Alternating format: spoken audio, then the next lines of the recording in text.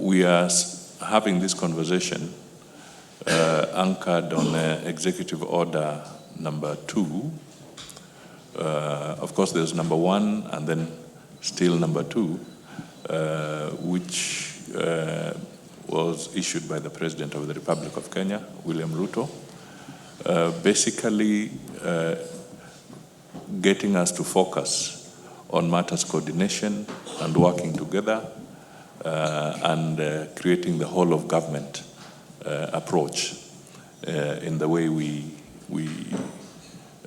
serve the citizens of the Republic of Kenya. And in this executive order, there is the National Government Coordination Secretariat, and in it as well, it's very specific that this function, amongst others, we must work very, very closely with the regional commissioners, the county commissioners, who are within the office of Raymond, that is the Ministry of Interior.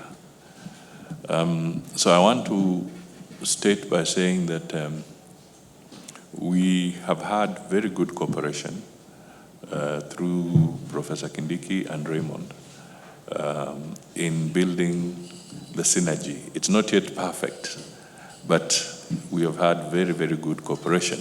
And it's through this kind of engagement that we can make it perfect in the delivery of services to the country. We therefore want to forge a partnership.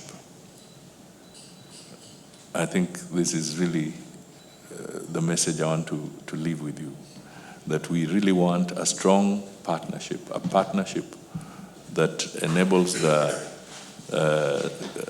Government Coordination Secretariat and GAO to really pull together as partners and look at the whole of government holistically, particularly up to the grassroots level. That is going to be the anchor for success. We have seen that where government programs have been channeled appropriately through the Ngao arrangement, through that coordination, we receive very good results. I may give an example on the farmer mapping that you successfully spearheaded, which then brought forward a much fairer and effective fertilizer distribution mechanism to the farmers. That is a very good example of what proper coordination can do. And it saved the country millions of shillings, because had it been that this is an exercise going to be done by consultants and other people, heaven knows what it would have cost us to establish that data. The other one, of course, is how you are able to coordinate areas around the drive to achieve the 15 billion trees. You have been able to push very, very effectively when you have been called upon to do so. Let me thank you also as regional commissioners for being at the center of ensuring that the country is largely peaceful and secure. I was throwing a joke the other day when I met Professor Kindiki, and as I was telling him that at times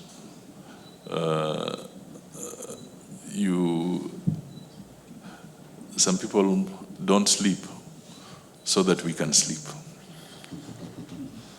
Yeah. So some of you and the role you play is that you keep awake so that the country can rest and wake up rejuvenated the following day. That is not a very, very easy thing to do. But we are seeing greater levels of security in the country, and this is something that we cannot take for granted. So we want to encourage you that your foot on the pedal on that particular issue should remain firm, so that whatever we are talking about here can only be done when there's that secure environment for all the people. There are issues that you bring out in the report around the coordination between yourselves and the county governments. I think this is something, again, that we must constantly look on and establish proper dialogue mechanisms so that we can make that seamless. As we said, these are all Kenyan citizens, picking up from Raymond's remarks. So we need to figure out how to be able to improve coordination in those specific areas. There are quite a number of areas of duplication. And when we talk about saving resources, utilizing resources more efficiently, the levels of duplication in some of the MDAs is shocking. We also have a situation where we now have over 400 state agencies, that is parastatals. And when Abdul Kadir did their report, there were about 150 state corporations. And in that process, the government then was considering how to rationalize and move away from the figure of 150 to less than that by trying to look at entities that are actually doing the same thing. And instead of rationalizing, it was a free-for-all, and there was a serious expansion of public enterprises to the extent that there are about 400. And a few days ago, we had an interaction with the law reform body, and we just told them, I hope we'll get the report soon, but we told them, could you just, through your audit as the law reform people, because you have data on all the laws, all the statutory regulations, could you just do an audit and tell us legally which institutions are doing the same thing? So we are looking forward to that.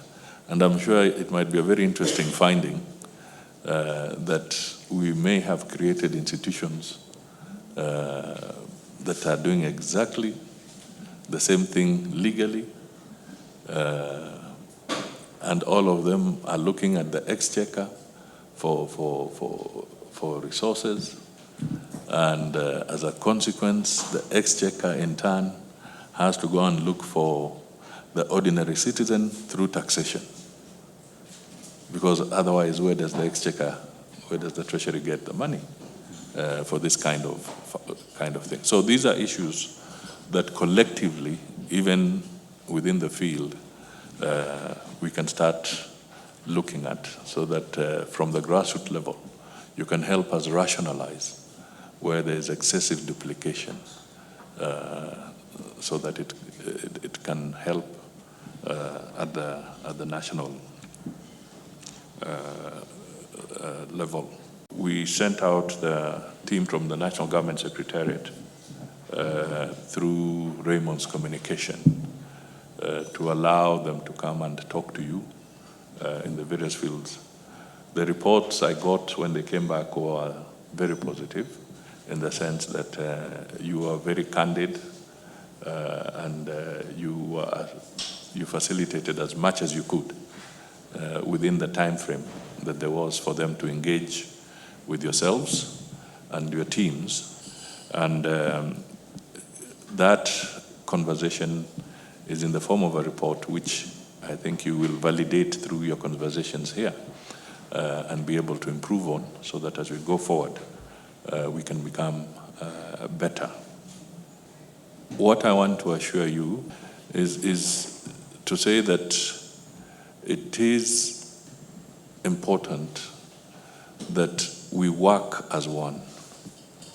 And this challenge about maybe MDAs operating in a silo mentality, you are feeling it at the ground, but we are also battling part of it, even within the headquarters of these MDAs. So it is something that we must constantly chip pieces off until we eliminate that silo mentality down through to the grassroots level. It would be good to take stock of how best we can utilize resources, bearing in mind that those resources are limited. I also want to echo the fact that regional commissioners, county commissioners, the whole structure around Ngao, it was a central and credible, reliable source of information. When an officer of Ngao spoke, then it truly became that the government has spoken. So on this issue of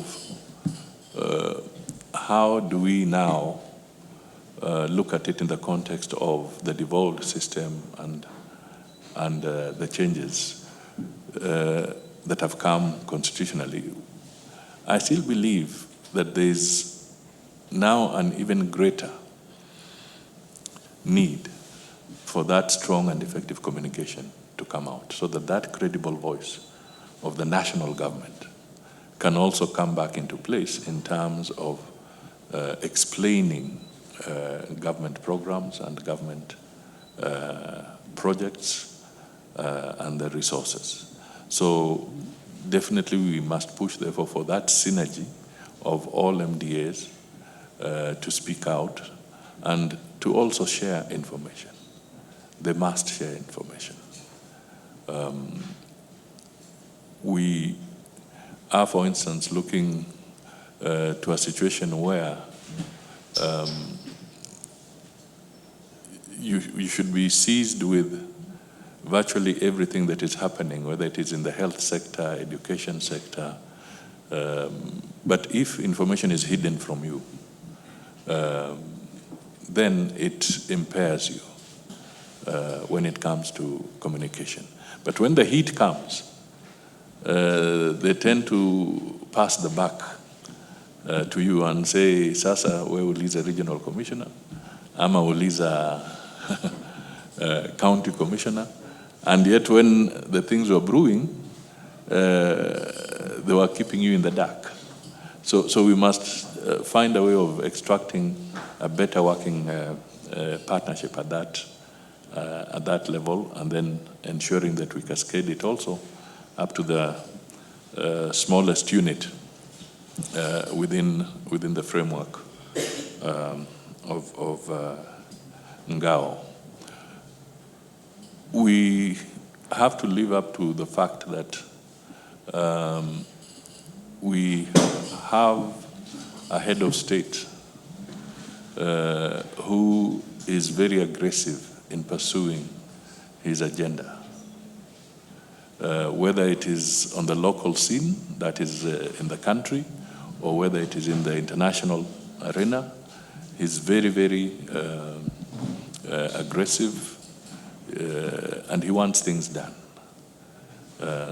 So it's not for him to come to our pace, it's for us to catch up with his pace. So it is important that we take cognizance of that particular approach to the Kenya Kwanza leadership, so that we can be ahead of our work. Where we have good tools, like what has been created, the better tool, the one that allows you to get information and access it and share rapidly. I think what we need to do is to pull together so that we also don't spend resources badly, but we can build from what has been developed and then talk about how to make it better rather than how to create a parallel process. It's a good morning for me as a PS in charge of Internal Security and National Administration, and the entire ministry, the Ministry of Interior, that we are seated here today to just see how best to support and ensure that one of the key functions within your mandate of coordination is fully aligned with the delivery of the beta agenda. And this, of course, is a culmination of an exercise that the team at the Secretariat undertook while going round the country, meeting the various government officers, of course, led by the regional commissioners, who are all gathered here today. And we want to appreciate the role and the support that your office continues to give to ensure that the services get to Kenyans as it's envisioned. At the ministry, we have worked with the officers in the field to try and make it easy for them to undertake their responsibility. And part of that has included as providing digital gadgets to allow and to enable the officers, particularly the county commissioners, to keep tabs with what is going on the ground in terms of the status of the projects. And we christened this as Project Beta. So working with the National Government Coordination Secretariat, we are much better placed to, in a real-time fashion, know what is going on. And one of the things that the team was able to pick up when they went to the field is that there are components that need to be enhanced in terms of capturing more information, and also aspects of how that then can be reported and monitored in a dashboard, so that then we are able to keep abreast of what is going on.